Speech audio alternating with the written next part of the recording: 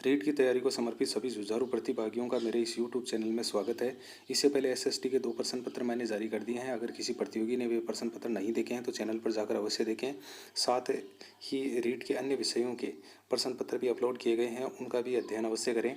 और आज एसएसटी के इस थर्ड प्रश्न पत्र को हम हल करेंगे, जिसमें सभी इकाइयों को शामिल करते हुए प्रश्न लिए गए हैं। और वीडियो को पूरा देखने के बाद में अंत में कमेंट बॉक्स में जाकर कमेंट करके आप अवश्य बताएंगे कि आपके कितने प्रश्न सही हुए हैं। तो आपका ज़्यादा वक्त न लेते हुए शुरू करते हैं आज का पहला सवाल कि संविधान का वह अनुच्छेद जो ग्राम पंचायतों को संगठित कर उन्हें ऐसी शक्तिशाली शक्तियां राज्य के द्वारा दिए जाने का प्रावधान करता है जो उन्हें महत्वपूर्ण बनाती है। ये बात संविधान के किस अनुच्छेद में उल्लेखित है? अनुच्छेद 38, अनुच्छेद 73, अनुच्छेद 42 और अनुच्छेद 40। सही उत्तर अनुच्छेद 40। भारत के सर्वोच्च न्यायालय के बारे में सत्य कथन है। भारत के सुप्रीम कोर्ट है, उसके बारे में सत्य कथन पूछा है कि कौन सा कथन है वो सही है। तो इसमें सर्वोच्च न्यायालय के परामर्शी स्वरूप में दी गई सलाह को मानना सरकार के लिए अनिवार्य है। और सर्वोच्च न्यायालय के क्षेत्राधिकार में मौलिक अधिकार अपीलीय क्षेत्र शामिल नहीं होते, सिर्फ सलाहकारी क्षेत्र आते हैं। और जनहित से जुड़े मुद्दों पर सर्वोच्च न्यायालय स्वयं भी किसी विषय पर प्रसंज्ञान ले सकता है। सर्वोच्च न्यायालय सरकार का तीसरा और सशक्त संतुलनकारी अंग है और मौलिक अधिकारों के उल्लंघन पर कोई व्यक्ति इंसाफ आने के लिए सीधे सर्वोच्च न्यायालय नहीं जा सकता। तो हमारे को इनमें से सत्य कथन है उनका चयन करना है और एक एक करके हम पांचों कूटों को देखेंगे और कौन से सत्य कथन है उनका हम अलग करेंगे। सर्वोच्च न्यायालय के परामर्शी स्वरूप में दी गई सलाह को मानना सरकार के लिए अनिवार्य है, सरकार के लिए अनिवार्य नहीं है। तो ये तो इसमें हो जाएगा गलत। सर्वोच्च न्यायालय के क्षेत्राधिकार में मौलिक, रीट और अपीलीय क्षेत्र शामिल नहीं होते, सिर्फ सलाहकारी क्षेत्र आते हैं। तो सर्वोच्च न्यायालय के क्षेत्राधिकार में मौलिक, रीट, अपीलीय और सलाहकारी सभी क्षेत्र आते हैं, इसलिए ये भी गलत है। जनहित से जुड़े मुद्दों पर सर्वोच्च न्यायालय स्वयं किसी भी विषय पर प्रसंज्ञान ले सकता है, ये बात सही है। सर्वोच्च न्यायालय सरकार का तीसरा और सशक्त संतुलनकारी अंग है, ये बात भी सही है। और मौलिक अधिकारों के उल्लंघन पर कोई व्यक्ति इंसाफ पाने के लिए सीधे सर्वोच्च न्यायालय नहीं जा सकता, तो ये बात गलत है। कोई व्यक्ति है वो मौलिक अधिकारों का अगर उसका उल्लंघन हो रहा है तो वो सर्वोच्च न्यायालय जा सकता है, तो ये बात भी इसमें गलत है। तो इसमें सही बातें हैं वो सिर्फ 3 और 4 हैं, तो ऑप्शन डी है वो इसका राइट उत्तर होगा। आगे के 3 नंबर सवाल में प्रायोजना कार्य रिपोर्ट के मूलभूत तत्वों का सही क्रम है। कुछ प्रायोजना कार्य के शब्द दिए गए हैं और उन शब्दों को हमारे को सही क्रम में सजाना है।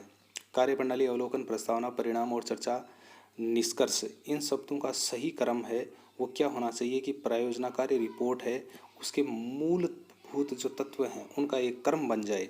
तो इसमें मैं आपको सही उत्तर बता रहा हूँ कि प्रस्तावना, कार्यप्रणाली, अवलोकन, परिणाम, चर्चा और निष्कर्ष, यानी कि ऑप्शन नंबर सी है वो आपका सही उत्तर होगा। उसमें पहले हम किसी विषय वस्तु की प्रस्तावना तैयार करते हैं, फिर कार्यप्रणाली को व्यवहार में लेके आते हैं, उसके बाद में अवलोकन करते हैं, परिणाम और परिणामों पर चर्चा करते हैं और अंत में निष्कर्ष पर पहुंच जाते हैं। चौथे नंबर के सवाल में चंद्रगुप्त विक्रमादित्य के दरबार में 9 रत्नों में कौन शामिल नहीं था?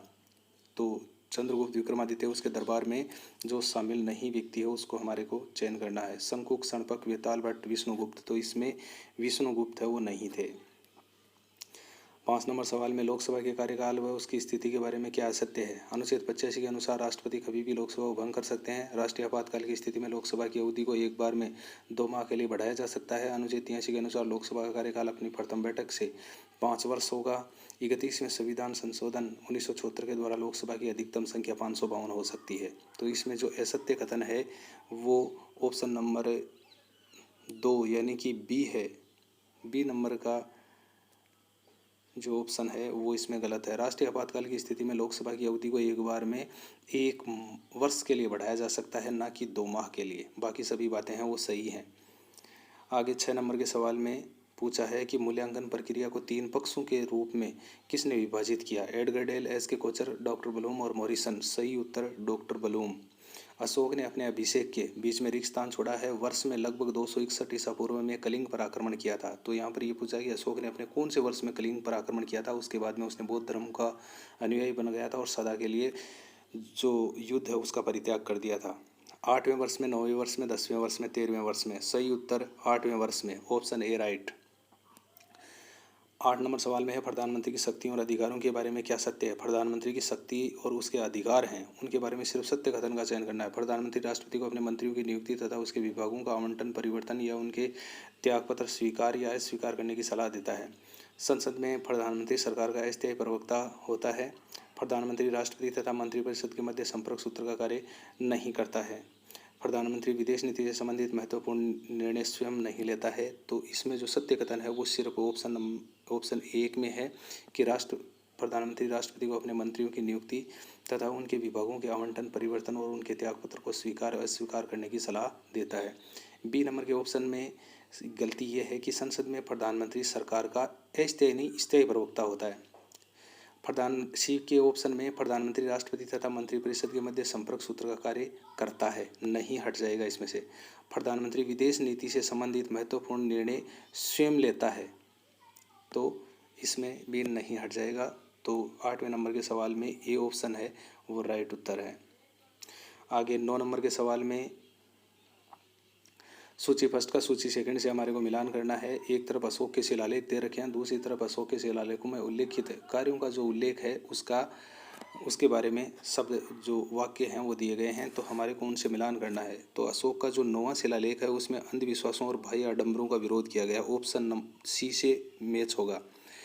दूसरा जो शिलालेख है उस दूसरे शिलालेख में वृक्षारोपण, सराय, सड़कें, सिंचाई और कुओं का निर्माण, इनसे संबंधित बातें हैं वो दूसरे शिलालेख में उल्लेखित हैं। प्रथम शिलालेख में जीव हत्या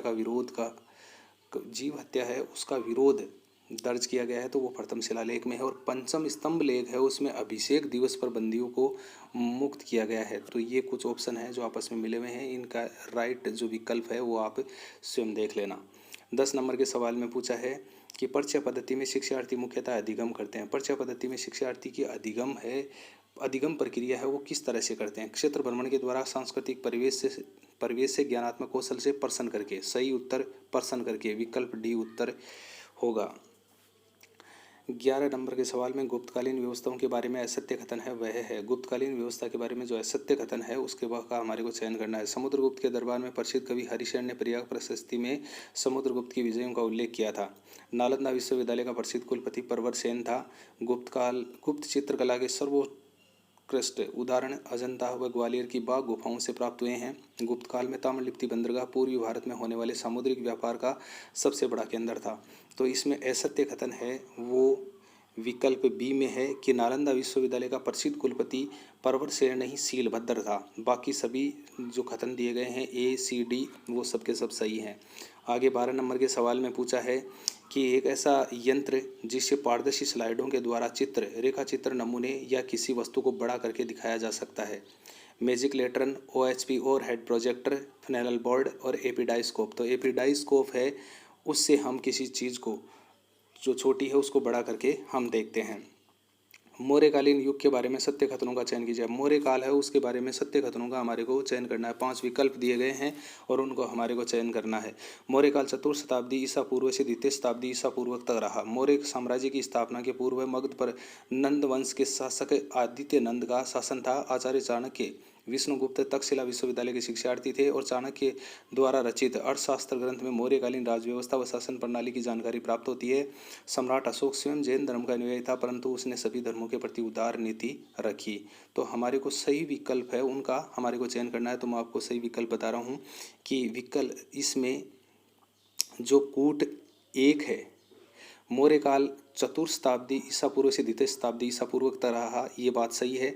दूसरे कूट में दिया है कि मौर्य साम्राज्य की स्थापना के पूर्व मगध पर नंद वंश के शासक आदित्य नंद का नहीं बल्कि घनानंद का शासन था, तो ये तो इसमें गलत है। आचार्य चाणक्य विष्णुगुप्त तक्षशिला विश्वविद्यालय के विद्यार्थी थे, विद्यार्थी नहीं वो शिक्षक थे, तो ये भी गलत है। चाणक्य द्वारा रचित अर्थशास्त्र ग्रंथ में मौर्यकालीन राजव्यवस्था एवं शासन प्रणाली की जानकारी प्राप्त होती है, ये सही बात है। और सम्राट अशोक स्वयं जैन धर्म का अनुयायी था, तो अशोक है वो जैन धर्म का अनुयायी नहीं बल्कि बौद्ध धर्म का अनुयायी था, और परंतु उसने सभी धर्मों के प्रति उदार नीति रखी। आगे की जो लाइन दे रखी है वो सही है, तो ये भी इसमें गलत हो जाएगा। तो इसके सही जो कूट हैं वो 1 और 4 होंगे, तो विकल्प ए है वो इसका सही उत्तर होगा। आगे 14 नंबर के सवाल में साथियों आप एक चीज़ का ध्यान रखना कि इसमें बहुत से प्रश्न इस प्रकार के आ रहे हैं जिनमें 4-4, 5-5 जो प्रश्न हैं वो आ रहे हैं। उनके उत्तर को बहुत ही ध्यानपूर्वक आपको याद रखना है ताकि आगामी आने वाली जो परीक्षा है उसमें आप जो भी आपका प्रयास है उस प्रयास को पूरी तरह से भुना सको।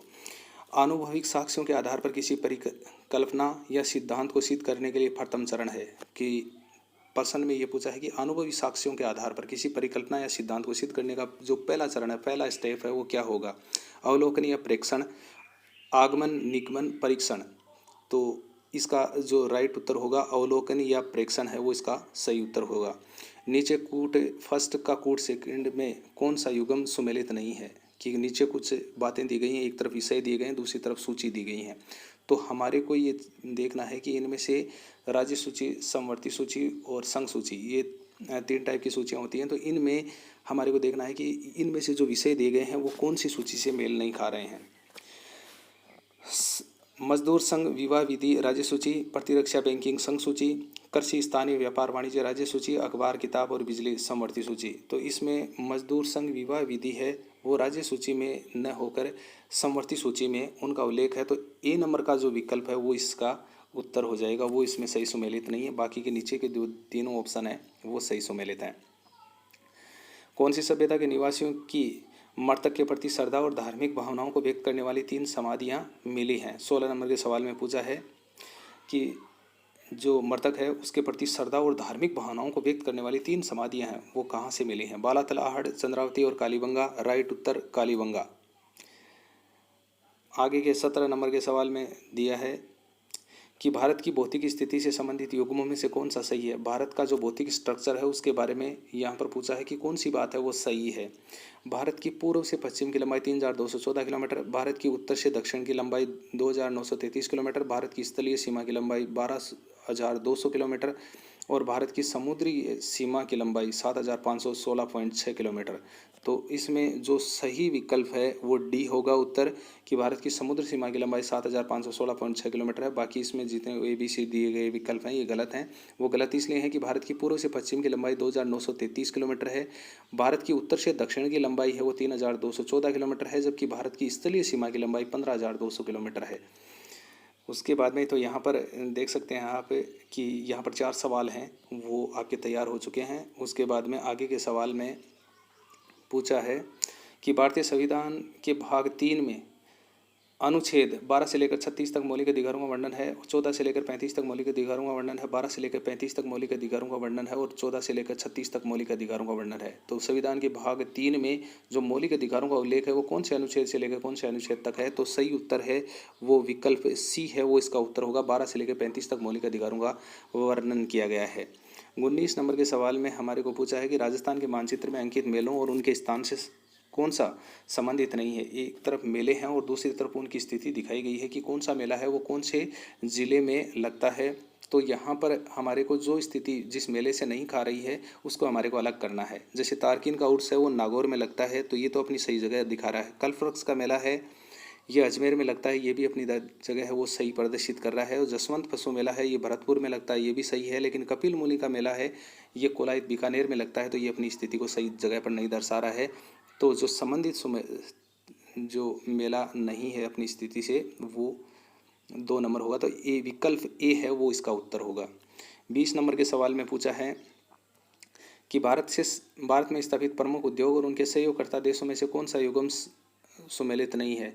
कि एक तरफ उद्योगों के नाम दे रखे हैं भारत के और अलग अलग राज्यों के नाम दे रखे हैं जहाँ पर ये स्थित हैं, और दूसरी तरफ जो सहयोगकर्ता देश हैं जिन्होंने स्थापित करने में अपनी भूमिका निभाई थी उन देशों के नाम दे रखे हैं। तो कौन से देश से संबंधित कौन सा उद्योग है वो नहीं है? तो यहाँ पर उस विकल्प को हमारे को अलग करना है। Durgapur Paschim Bangal Britain, Bhilai Chhattisgarh Canada, Rourkela Orissa Germany और उपयुक्त सभी विकल्प सुमेलित हैं। तो इसमें जो सुमेलित विकल्प नहीं है वो बी नहीं है। भिलाई छत्तीसगढ़ जो इस्पात संयंत्र कारखाना है वो कनाडा नहीं, वो सोवियत संघ रूस के सहयोग से स्थापित किया गया था। बाकी दुर्गापुर ब्रिटेन के सहयोग से और राउरकेला जर्मनी के सहयोग से स्थापित है। 21 नंबर के सवाल में निम्न में से कौन सा मूल कर्तव्य नहीं है? भारत की प्रभुता, एकता और अखंडता को अक्षुण्ण रखें, हमारी समन्वित सांस्कृतिक गौरवशाली परंपरा का महत्व समझें और उसका परिरक्षण करें, पुरुष और स्त्री सभी नागरिकों को समान रूप से जीविका के लिए पर्याप्त साधन प्राप्त करने का अधिकार हो, वैज्ञानिक दृष्टिकोण, मानववाद और ज्ञानार्जन की सुधार भावना का विकास करें। तो इसमें जो मूल कर्तव्य नहीं है उसको हमारे को अलग करना है। तो इसमें विकल्प सी है वो इसमें सही नहीं बैठ रहा है, क्योंकि पुरुष और स्त्री सभी नागरिकों को समान रूप से जीविका के पर्याप्त साधन प्राप्त करने का अधिकार हो, ऐसी बात का उल्लेख नीति निर्देशक तत्वों में उल्लेखित है, इसीलिए ये बात मूल कर्तव्य में नहीं है। तो राइट उत्तर 21 का सी हो जाएगा। 22 नंबर के सवाल में हमारे से पूछा है कि एक विद्यार्थी किसी विषय वस्तु को एक एक शब्द करके पढ़ता है, शुद्ध उच्चारण करता है, पढ़ते समय कुछ शब्द छोड़ देता है और किसी अन्य शब्द की ध्वनि का उच्चारण करता है, तो वह अध्यापन से संबंधित किस समस्या से ग्रसित है? अवधान संबंधी समस्या, गामक कौशल संबंधी समस्या, भाषिक कौशल संबंधी समस्या, दर्श सर्वे विभेद संबंधी समस्या। सही उत्तर विकल्प सी होगा। भाषिक कौशल संबंधी समस्या है, वो भाषा से संबंधित शब्दों को सही तरीके से कंट्रोल नहीं कर पा रहा है, जिसके कारण उसकी जो पढ़ने की गति है वो सही तरीके से नहीं बैठ पा रही है। तो फिर आगे का सवाल 23 नंबर, नीचे कुछ कथन दिए गए हैं, इनमें से असत्य है उसे अलग कीजिए। नीचे कुछ कथन दिए गए हैं और उनमें से हमारे को जो असत्य कथन है उनका हमारे को चयन करना है। जैसे दिया है कूट फर्स्ट में दिया है कि विजय स्तंभ का निर्माण 1444 से शुरू होकर 1448 में पूर्ण हुआ था। सरकार द्वारा सुरक्षित देवालयों की पूजा अर्चना का दायित्व वर्तमान में देवस्थान विभाग द्वारा किया जाता है। ओसियां, वरमान, सिरोही, झालरापाटन, चित्तौड़गढ़ और उदयपुर में सूर्य मंदिर स्थित है। आयड की छतरियां अलवर में और गोपाल सिंह की छतरी बूंदी में और गेटोर की छतरियां बीकानेर में है। और अलवर क्षेत्र में विशेषकर मेव लोगों में खड़ताल वाद्य काफ़ी प्रचलित है। तो सही जो असत्य है उनका हमारे को चयन करना है। एक एक करके पांचों कोटों को देखेंगे कि उनमें कौन सा सही और कौन सा गलत है। विजय स्तंभ का निर्माण है वो 1444 से शुरू नहीं हुआ था, 1440 से शुरू हुआ था और 1448 में पूर्ण हुआ था। तो ये विकल्प कूट फर्स्ट है वो तो गलत है। एक दूसरा है राजस्थान सरकार द्वारा सुरक्षित देवालयों की पूजा अर्चना का दायित्व वर्तमान में देवस्थान विभाग द्वारा किया जा रहा है, ये सही बात है। ओसियां, वरमान, सिरोही, झालरापाटन, चित्तौड़गढ़ और उदयपुर में सूर्य मंदिर स्थित हैं, ये भी सही है। आयड की छतरियां अलवर में नहीं है, ये उदयपुर में है। और गोपाल सिंह की छतरी बूंदी में नहीं है, ये करौली में है। और गेटोर की छतरियां बीकानेर में न होकर जयपुर में होंगी, तो ये गलत है। अलवर क्षेत्र में विशेषकर मेव लोगों में खड़ताल वाद्य काफ़ी प्रचलित है। तो अलवर के जो मेव लोग हैं उनमें खड़ताल वाद्य है, यंत्र है, वो इतना ज़्यादा प्रचलन में नहीं है। ज़्यादा प्रचलन में वाद्य यंत्र भफंग है, इसलिए ये भी गलत है। तो इसमें जो राइट उत्तर होगा वो 2 और 3 होगा, यानी कि ऑप्शन ए है वो सही उत्तर माना जाएगा। फिर 24 नंबर का सवाल है, उसमें है कि भारत में नवीनतम वन नीति कब घोषित की गई, जिसके 3 प्रमुख लक्ष्य हैं। पर्यावरण स्थिरता, वनस्पति एवं जीव जंतुओं जैसी प्राकृतिक धरोहरों को सुरक्षित रखना।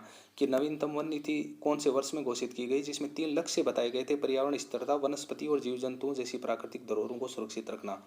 1988, 1974, 1968 और 1994। तो राइट उत्तर होगा 1988, ऑप्शन ए राइट है।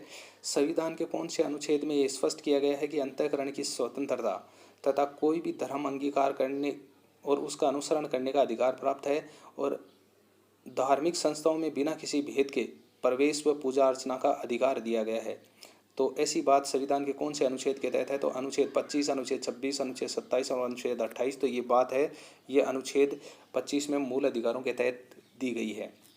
आगे 26 नंबर के सवाल में पूछा है कि राजस्थान में हुए विभिन्न किसान आंदोलनों के बारे में क्या सत्य नहीं है। जो बात सत्य नहीं है राजस्थान के किसान आंदोलनों से संबंधित, उसको हमारे को अलग करना है। बिजौलिया किसान आंदोलन कुल 41 वर्ष तक चला था।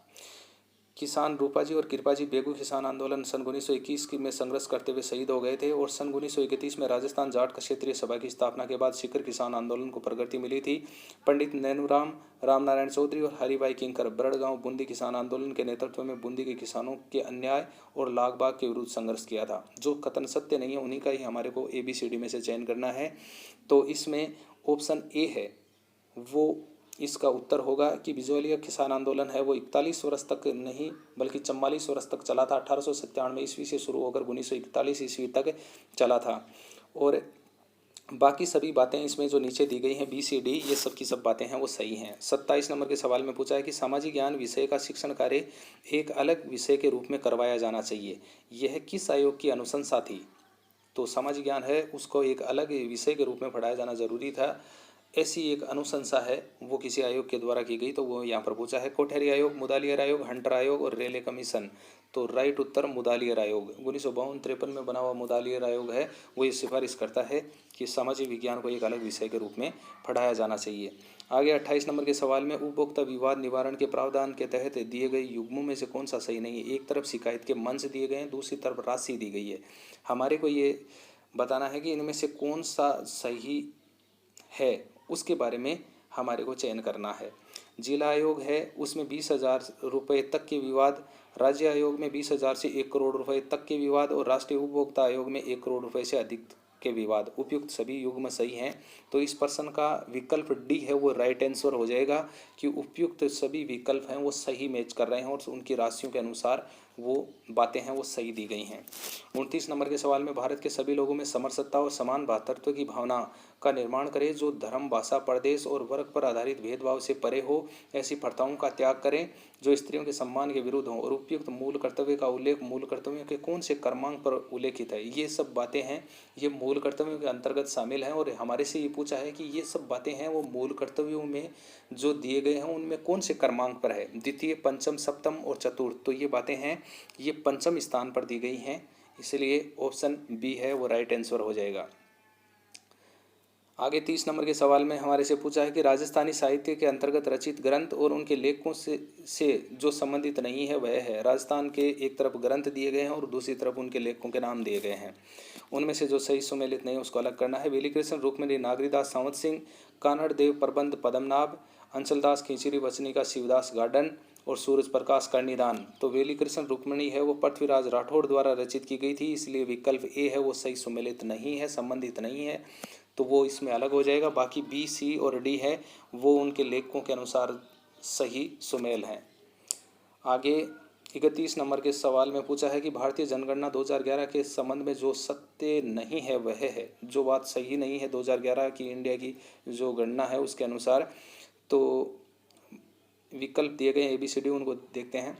भारत का कुल जनघनत्व 382 व्यक्ति प्रति वर्ग किलोमीटर है और सर्वाधिक जनघनत्व बिहार का 1102 व्यक्ति प्रति वर्ग किलोमीटर तथा सबसे कम जनघनत्व वाला राज्य अरुणाचल प्रदेश 37 व्यक्ति प्रति वर्ग किलोमीटर है।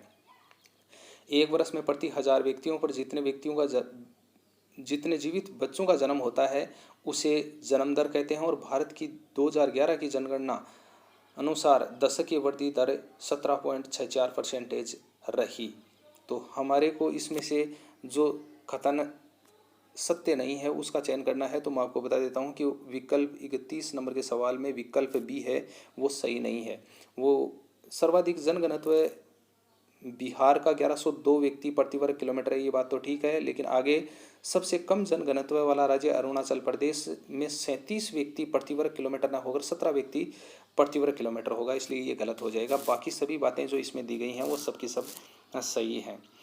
आगे 32 नंबर के सवाल में है कि संविधान की उद्देशिका के अनुसार हम भारत के लोग संविधान के निर्माताओं के अनुसार संप्रभुता अंततः राष्ट्रपति में निहित है, मंत्रिमंडल में निहित है, न्यायालयों में निहित है और जनता में निहित है। तो संप्रभुता है वो भारत की जनता में निहित है, विकल्प डी है वो राइट आंसर होगा 32 का। आगे 33 नंबर के सवाल में हमारे से पूछा है कि सिंधु घाटी सभ्यता के बारे में दिए गए कथनों में से जो सत्य है उसका चयन कीजिए।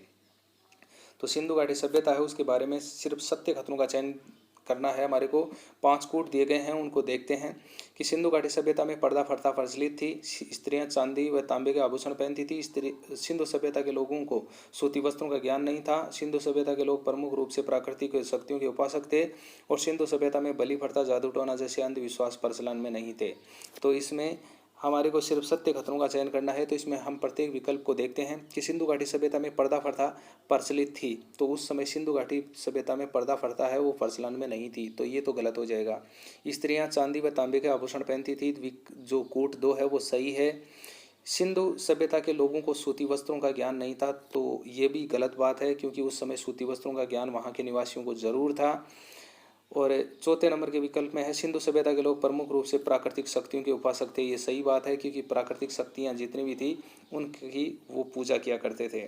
सिंधु सभ्यता में बलि प्रथा और जादू टोना जैसे अंधविश्वास प्रचलन में नहीं थे, तो सिंधु घाटी सभ्यता में बलि प्रथा और जादू टोना है उस समय प्रचलन में थे, इसलिए ये विकल्प ही गलत। तो राइट विकल्प हैं वो 2 और 4 होंगे, तो इसमें सी नंबर का ऑप्शन है वो इसका उत्तर हो जाएगा। 34 नंबर के सवाल में हमारे से पूछा है कि मिट्टी तथा चट्टानों का ढलान पर ऊपर से नीचे की ओर खिसकने, लुढ़कने और गिरने की प्रक्रिया को क्या कहते हैं? भूकंप, ज्वालामुखी, भूस्खलन, बाढ़। राइट आंसर भूस्खलन कहते हैं ऐसी प्रक्रिया को।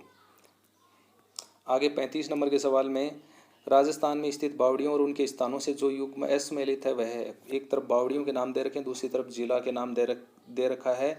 तो हमारे को ये देखना है कि कौन सी बावड़ी कौन से जिले में स्थित नहीं है। तापी बावड़ी अजमेर, भांडारेज बावड़ी दौसा, बीनाता की बावड़ी चित्तौड़गढ़, आभानेरी की चांद बावड़ी दौसा। तो इसमें तापी बावड़ी है वो अजमेर में न होकर जोधपुर में होगी, तो ये विकल्प है, ये इसका उत्तर हो जाएगा। बाकी सभी बावड़ियाँ अपने जिलों के अनुसार सही स्थानों पर हैं।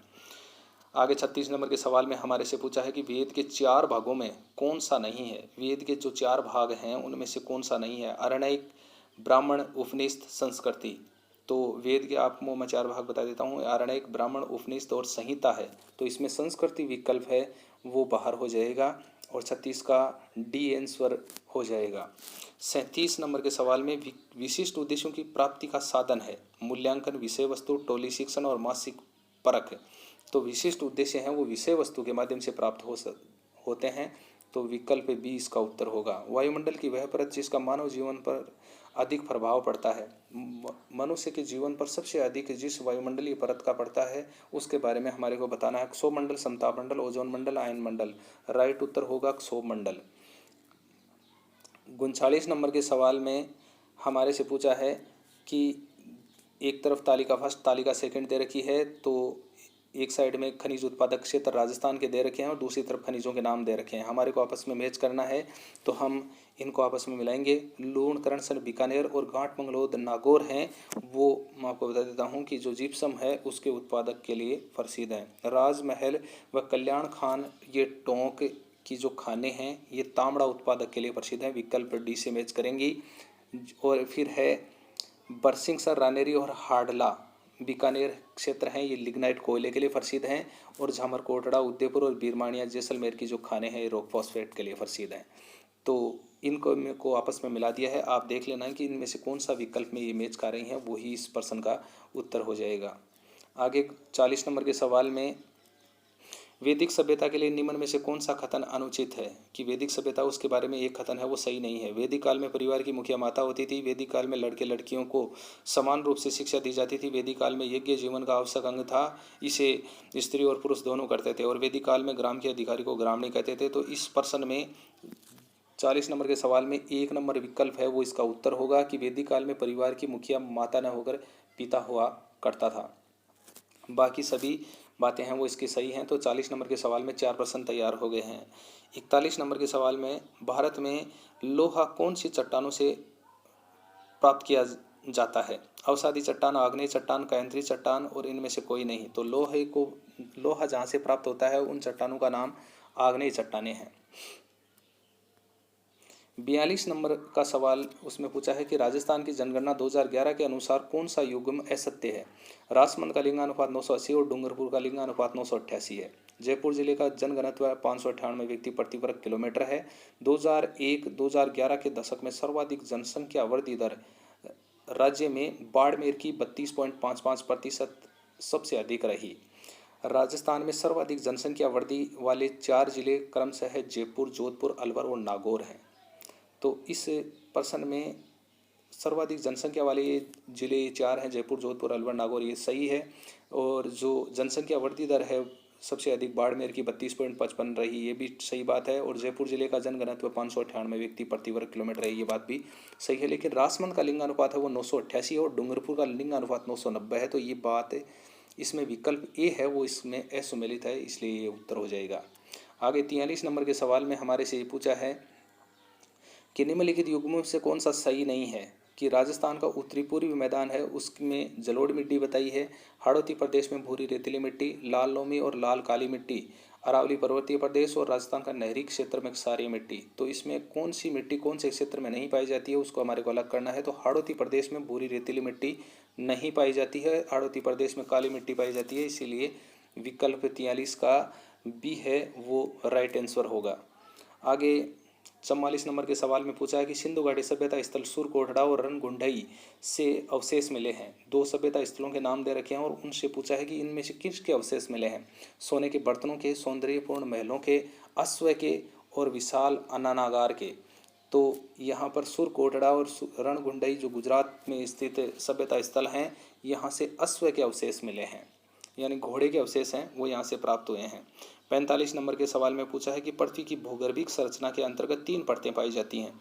इन परतों का स्थल से आंतरिक क्रम होगा कि ऊपर से लेके हमारे को पृथ्वी के अंदर का जो आंतरिक भाग है उसकी तरफ हमारे को बढ़ना है, और हमारे को ये बताना है कि कौन सी परत है वो ऊपर से लेके नीचे की तरफ एक क्रम बनाएगी। तो इसमें सियाल, सीमा और निफे हैं, वो इसमें सी नंबर का ऑप्शन है वो राइट उत्तर होगा। सियाल, सीमा और निफे। सियाल सीमा है वो सिलिकॉन और एल्यूमिनियम से बनती है, और सीमा है वो सिलिकॉन और मैग्नीशियम से बनती है, और निफे है वो निकिल और फेरम से बनती है। तो इसका विकल्प है वो 45 का सी सही उत्तर हो जाएगा। 46 नंबर के सवाल में पूछा है कि 8वीं शताब्दी में जन्मी दक्षिण की मीरा, अंडाल के पिता का क्या नाम था? कि दक्षिण की मीरा है वो अंडाल को कहा जाता था, तो उनके पिता का नाम यहाँ पर पूछा है। दक्षिण में आलवार और वैष्णव 2 प्रकार के संत थे, तो अंडाल आलवार संतों के अंतर्गत आती थी, तो इनके पिता का नाम है वो पेरिये अलवार था। 46 नंबर का उत्तर डी होगा।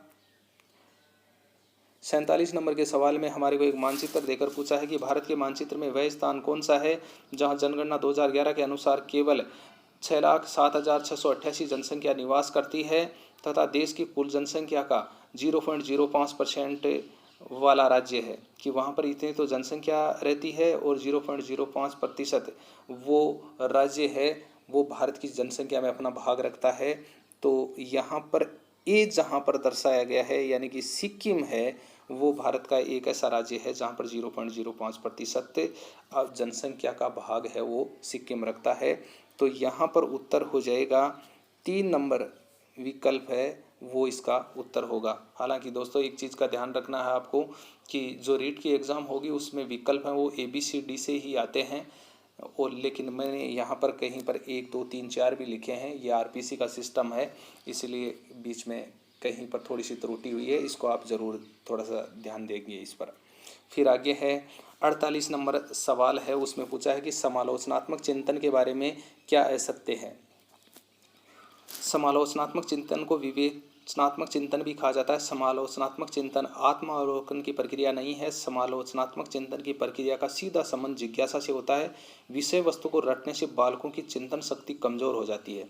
हमारे को समालोचनात्मक चिंतन है उसके बारे में असत्य कथन का चयन करना है, तो इसमें असत्य कथन है वो विकल्प बी है वो इसका उत्तर होगा। समालोचनात्मक चिंतन आत्मावलोकन की प्रक्रिया नहीं है, जबकि समालोचनात्मक चिंतन है वो आत्म अवलोकन की प्रक्रिया है। अपने आत्म के अवलोकन के आधार पर ही बच्चे हैं वो किसी वस्तु को देखते हैं और उस पर अपना निर्णय लेते हैं। आगे 49 नंबर के सवाल में हमारे से पूछा है कि अकबर ने 6 दिसंबर 1584 को प्रताप के विरुद्ध अंतिम अभियान हेतु किसको आक्रमण करने के लिए भेजा था। तो अकबर के द्वारा अंतिम अभियान हेतु 6 दिसंबर 1584 को किसको भेजा? शाहबाज खां, सुल्तान खां, जगन्नाथ कछवाहा और आसफ खां। राइट उत्तर विकल्प सी होगा, जगन्नाथ कछवाहा को अंतिम अटैक के लिए प्रताप पर भेजा था। आगे 50 नंबर के सवाल में हमारे से पूछा है कि भारत के कितने प्रतिशत जनसंख्या कृषि और संबद्ध क्षेत्रों से आजीविका प्राप्त करती है। तो भारत के कितने लोग हैं वो कृषि पर डिपेंड करते हैं, कृषि और अन्य जो क्षेत्र हैं उस पर 54.6%, 48.5%, 46.2% और 35.7%।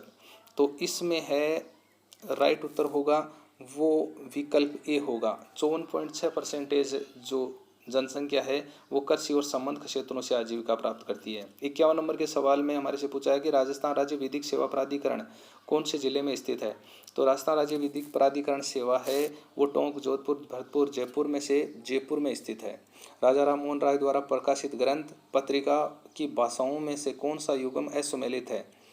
तो एक तरफ ग्रंथ और कुछ पत्रिकाओं के नाम दे रखे हैं और वो दूसरी तरफ भाषाओं के नाम दे रखे हैं। तो यहाँ पर ये पूछा है कि कौन सा ग्रंथ या कौन सी पत्रिका है वो अपनी भाषा से सही संबंधित नहीं है। तोहफत उल मोहिदीन अरबी, मिरातुल अखबार फारसी, संवाद कौमुदी बांग्ला और बंगदूत हिंदी। तो इस प्रश्न में तोहफत उल मोहिदीन वो अरबी की न होकर फारसी भाषा का ग्रंथ है। तो ये विकल्प ए है वो 52 का उत्तर हो जाएगा। बाकी सभी और बी सी डी हैं ये अपने भाषा के अनुसार सही हैं। 53 नंबर के सवाल में भारत के उद्योग धंधों के बारे में सत्य कथन है, सिर्फ सत्य कथनों की बात कर रहा है ये, तो हमारे को उनका चयन करना है। विकल्प ए बी सी डी विकल्प हैं 1 2 3 4 5 दे रखे हैं और हमारे को उनमें सत्य को छांटना है। सूती वस्त्र उत्पादन में भारत का सर्वाधिक उत्पादक राज्य गुजरात है। दक्षिण भारत का सबसे बड़ा सूती वस्त्र उत्पादक राज्य तमिलनाडु है। देश में अखबारी कागज का उत्पादन नेपानगर में होता है। राजस्थान में सोडियम सल्फेट का कारखाना पचपदरा बाड़मेर में है और राजस्थान में मैग्नीशियम सल्फेट का कारखाना नावा नागौर में है। तो सत्य कथन है, सभी कथनों पर हम एक गौर करते जाएंगे कौन सा सही कौन सा गलत है। तो कूट फर्स्ट है, उस पर है कि सूती वस्त्र उत्पादन में भारत का सर्वाधिक उत्पादक राज्य वाला गुजरात न होकर महाराष्ट्र होगा, तो ये विकल्प तो गलत। दूसरा है दक्षिण भारत का सबसे बड़ा सूती वस्त्र उत्पादक राज्य तमिलनाडु है, ये सही है। देश में अखबारी कागज का उत्पादन नेपानगर मध्य प्रदेश में होता है, ये सही है। तो राजस्थान में सोडियम सल्फेट का कारखाना पचपदरा बाड़मेर में न होकर डीडवाना नागौर में होगा, तो ये गलत है। और राजस्थान में मैग्नीशियम सल्फेट का कारखाना पंचपदरा बाड़मेर में है, इसलिए ये भी गलत है। तो इसमें जो सही सत्य कथन है वो 2 और 3 होंगे, तो 2 और 3 विकल्प डी में दर्शाया जा रहा है, तो ये इसका सही उत्तर होगा। 54 नंबर के सवाल में भारत की स्वर्णिम चतुर्भुज महाराजमार्ग परियोजना के तहत 2 गलियारे प्रस्तावित हैं। प्रथम उत्तर दक्षिण गलियारा जो श्रीनगर को कन्याकुमारी से जोड़ता है तथा द्वितीय पश्चिम पूर्व गलियारा है जो जोड़ता है। ऑप्शन ए में है सूरतपुर खड़गपुर को, वडोदरा भुवनेश्वर को, पालनपुर पूर्णिया को और पालनपुर सिलचर को।